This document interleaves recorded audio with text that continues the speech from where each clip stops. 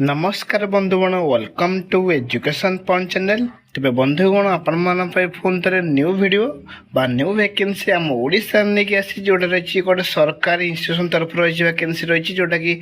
आपड़ देखिपारे आम ओडिशा आसी जोटा कि बहुत बड़ा वैकेंसी पाखापाखि 86 पोस्ट बा 86 पोस्ट वैकेंसी जो थे आप देखिपारे assistant professor associate professor professor आउ असिस्टेंट प्रोफेसर दुटा लेवल ग्रेड 1 आ ग्रेड 2 वैकेंसी रही। तेज आसन देखा ये सब वैकेंसी क्यों विषय मानकर अच्छी ता सहित तार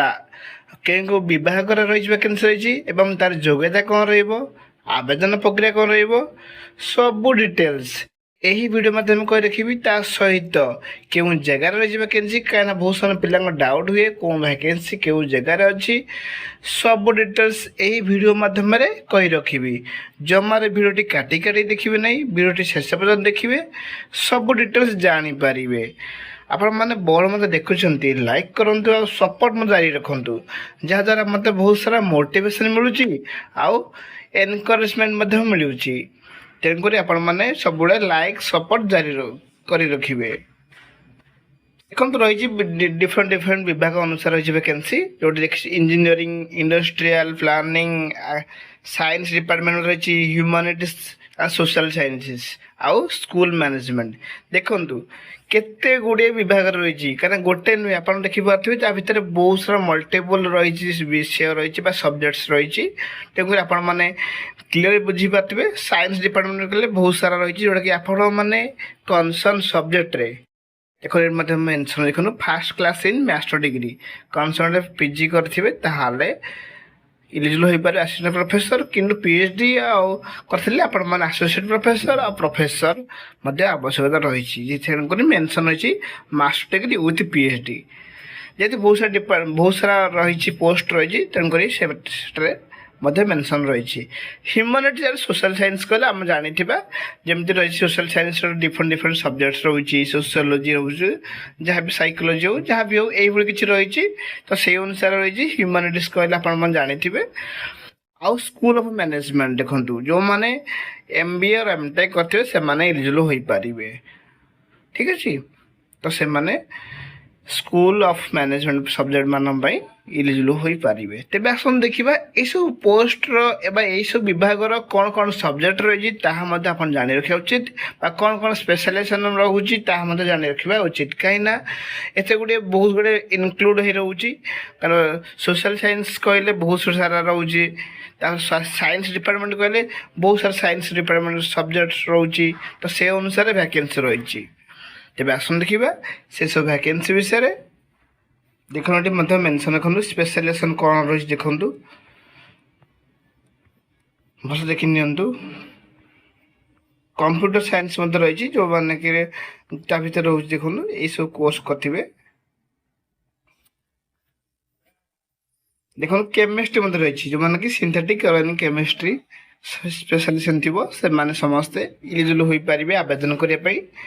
साइंस रही सब साइंस आटमोस्फियर साइंस रही जो कि और जियोलॉजी आउ एग्रोमेट्रोलॉजी मत लिखिपारे human social science public policy जहाँ सब्जेक्ट थी से समस्ते इलिजिबल हो पारे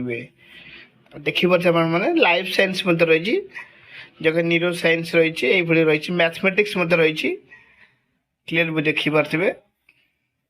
कहीं आपण मोर अलरेडी वीडियो आरंभ करी जो मानकर साइंस साइंस डिपार्टमेंट कहले बहुत सारा सब्जेक्ट रोचे इनक्लूड रोचे तेणुक से भाव में आप देखिपारे क्लीयरली